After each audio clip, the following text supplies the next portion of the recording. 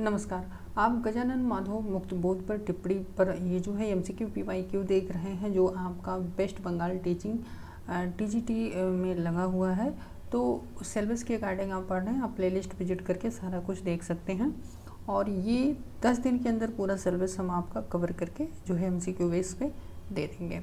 चलिए हम इसको चलते हैं, पहले क्वेश्चन से स्टार्ट करते हैं। आप टेलीग्राम ज्वाइन कर लीजिए वीडियो के नीचे डिस्क्रिप्शन से, और ऐप को भी डाउनलोड कर लीजिए, सारा कुछ फ्री है। ठीक है, चलिए पहले क्वेश्चन की जब बात आती है तो कहते हैं कि गजानन माधव मुक्त बोध का जन्म कब हुआ था। गजानन माधव मुक्त बोध का जन्म कब हुआ था, तो आप जानते हैं उनका जो जन्म हुआ था वो 1917 में क्या है हुआ था। चलिए नेक्स्ट क्वेश्चन की बात आती है। नेक्स्ट क्वेश्चन की जो बात आती है, कहते हैं मुक्ति बोध का जन्म कहाँ हुआ था। मुक्ति बोध का जन्म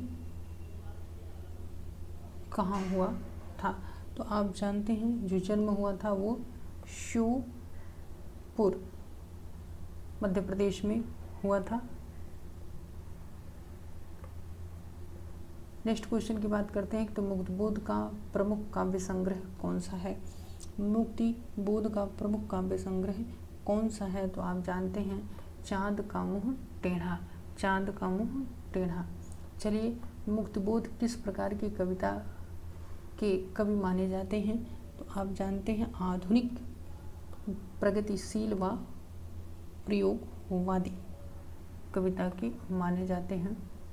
फिर कहते हैं अंधेरे में किसकी प्रसिद्ध लंबी कविता है, तो आप जानते हैं किसकी है, मुक्ति बोध की है। अंधेरे में किसकी प्रसिद्ध लंबी कविता है, तो वो किसकी है, मुक्ति बोध की है। चलिए अगला क्वेश्चन हम देखते हैं। कहते हैं कि मुक्ति बोध की रचनाओं में कौन सा स्वर प्रमुख है। कौन सा स्वर जो है क्या है, प्रमुख है, तो आप जानते हैं विद्रोह, असंतोष और आत्म संघर्ष की बात आती है। चलिए नेक्स्ट क्वेश्चन की बात करते हैं। कहते क्वेश्चन नंबर 7, कहते हैं मुक्त बोध किस विचारधारा से जुड़े थे। मुक्त बोध किस विचारधारा से जुड़े थे, तो वो मार्क्स से क्या थे, जुड़े थे।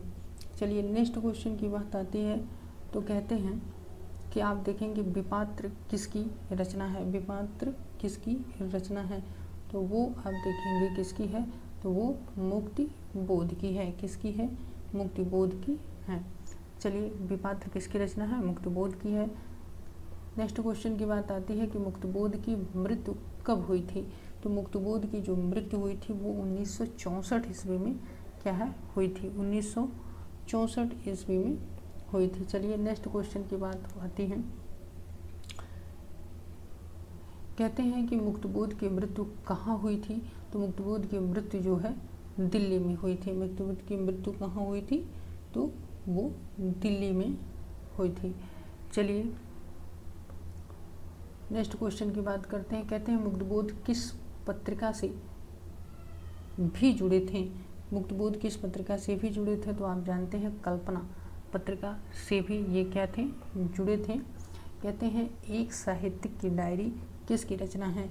एक साहित्यिक की डायरी किसकी रचना है, तो आप जानते हैं किसकी रचना है, मुक्ति बोध की रचना है। एक साहित्यिक की डायरी किसकी रचना है, मुक्ति बोध की रचना है। एक साहित्यिक की डायरी मुक्ति बोध की क्या है, रचना है। कहते हैं मुक्ति बोध किस विधा में भी महत्वपूर्ण योगदान रखते हैं। किस विधा में भी महत्वपूर्ण योगदान जो है रखते हैं, तो आलोचना और निबंध बी विकल्प आपका क्या हो जाएगा, सही हो जाएगा। क्वेश्चन नंबर 14, मुक्त बोध की रचनाओं में किस वर्ग की पीड़ा झलकती है, तो आप जानते हैं कि शोषित और मध्य वर्ग, ये विकल्प क्या हो जाएगा आपका, सही हो जाएगा। चलिए नेक्स्ट क्वेश्चन की बात करते हैं। कहते हैं कि भारत इतिहास और संस्कृत किसकी कृति है। किसकी कृति है, तो आप जानते हैं किसकी कृति है, मुक्ति बोध की क्या है, मुक्ति बोध की ये कृति है। चलिए नेक्स्ट क्वेश्चन की बात आती है।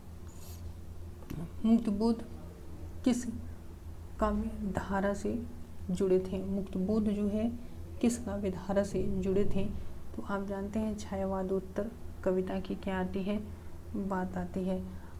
अस्पष्टताएं किसकी आलोचनात्मक कृति हैं?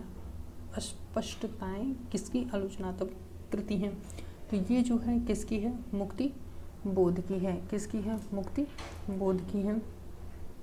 चलिए नेक्स्ट क्वेश्चन की बात करते हैं।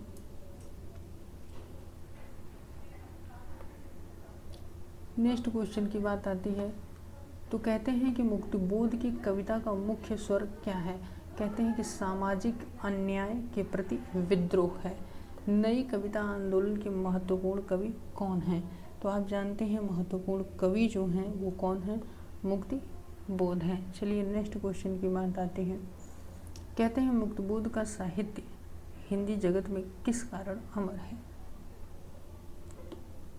उनकी वैचारिक गहराई, सामाजिक चेतना और प्रगतिशील दृष्टिकोण के कारण। तो ये वीडियो आपको समझ में आया होगा, पसंद आएगा तो वीडियो को लाइक करिएगा, चैनल को सब्सक्राइब करिएगा। धन्यवाद। अब इसके बाद जो आपका सिलेबस है उसके अकॉर्डिंग ये टिप्पणियाँ यहाँ पर पूरी की पूरी क्या होती हैं? समाप्त होती है। इसके बाद आपका मध्ययुगीन काव्य संपादक ब्रज नारायण सिंह से प्रश्न होंगे। धन्यवाद।